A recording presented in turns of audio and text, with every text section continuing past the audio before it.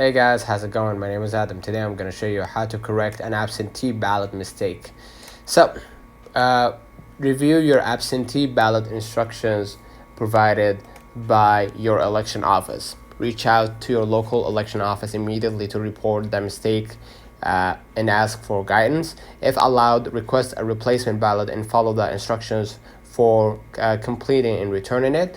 And if the error can be corrected in your original ballot, like signing a declaration, follow the specified procedure to fix it. And next step, ensure you act within the deadlines for corrections or submission to ensure your vote counts. By taking prompt action, you can increase the chances of resolving any issues with your absentee ballot. So let me know in the comments if this video helped you. Don't forget to like and subscribe, turn on the notification bell to receive every video we upload. Thank you.